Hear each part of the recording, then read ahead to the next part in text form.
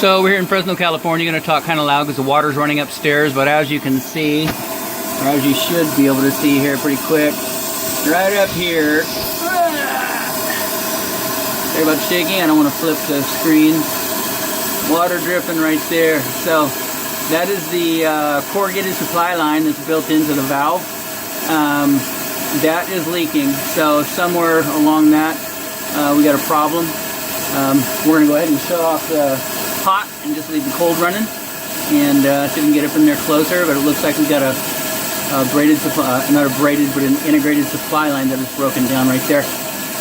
So we're going to shut the hot off and just get the cold running only and isolate it.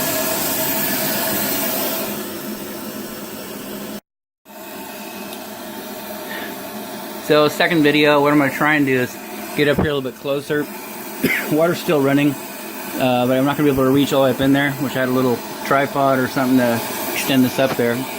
But you can see, and hopefully this won't flip. It's cold, and I'm shaking because I'm trying to hold this up. But you can see that cold supply line dripping. You can see the corrosion. You can see the water rolling off the cold faucet coming in. So anyways, the only way to repair that or to do anything with that, the whole valve will need to get removed. I don't even know if that can happen from underneath. As you can see the tight space that we're in.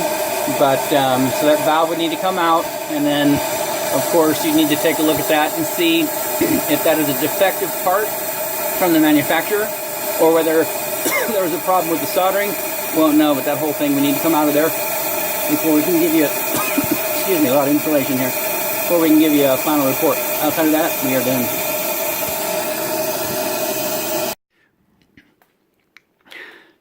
So one more video. We turn the water off so you can hear a little bit better. It's the same video that I was, recording for you before. We've got a cold valve up here that is dripping. The cold water line, which is this supply line here, that's not leaking. That goes up to the valve stem, the valve itself. But the corrugated copper line that goes over to the spout, that's what's dripping. And we can't reach up there. We can't investigate. It's tiled in upstairs. There's a lavatory vanity, a sink next to it, so we can't really get in there and look at it. So, I mean, it could be leaking from the spout body rolling down. We don't know. Could be leaking from the corrugated, the twisted part of the copper there. Could be leaking where they soldered into that long turn 90. Just don't know exactly. But you could see the insulation is stuck to it in several different parts. So, the worst part is over here on the cold side. So either a defect or the pipe has corroded through. Sorry, I'm not even taking a picture of it right now. Or the pipe is corroded through or it wasn't soldered correctly. Bottom line is, over the period of years that it's been installed, I'm sure it began to weep at one point, and then literally now it's dripping, which has caused the damage. So you got damage to the subfloor, damage to the ceiling below, and that's all we can tell for right now. That valve needs to be replaced regardless. There's no way to get up there and work on that and repair it. It's too tight in this cavity. So the only way to access that is you got to take the tub out. From underneath here, we could try and open up more sheetrock next to it, but we're boxed in. 16 inches on center are these silent floors, and we can't get in here. As you can see, 16 inches here. We could open up the bay next to it, and we would have this member right here kind of in the way.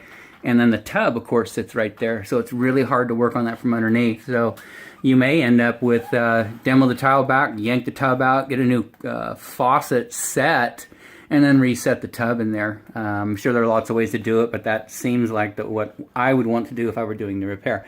Outside of that, you saw I'll combine these three videos together and get that over to the homeowner and over to the insurance company and see how they want to proceed. Outside of that, we are done. Okay, one more video from up top. This tub is tiled in, and as you can see, the layout, it sits right up against the cabinet here, where the lab is at, lavatory sink. And so the valve is boxed in. Even if we were to try and open up this tile area, it butts right up against the tub right here, and you would have to reach back in to try and get there. So I don't think this is a good place to open up and try and replace that, especially trying to get all the way over to that cold side. A better bet would be to come in, clear all this out, maybe take apart the plumbing, the trap and whatnot back there, cut it back.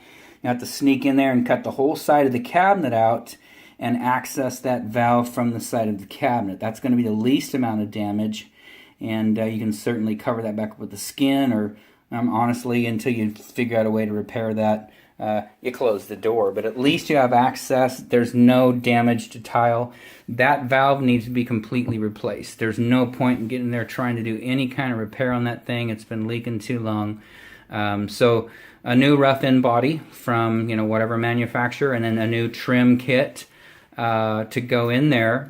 And outside of that, the other thought is you yank the tub and you work on that thing. And now all the tubs we set now are top mount. They sit on top of the tile, so they pop right out.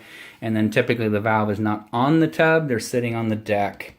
So they're easier to work on. You pop the tub out, work on the valve. So anyways, lots of options, but the least intrusive is going to be opening up the side of this cabinet here, getting in there and replacing the rough valve body, and then putting new trim on, and then that would be it.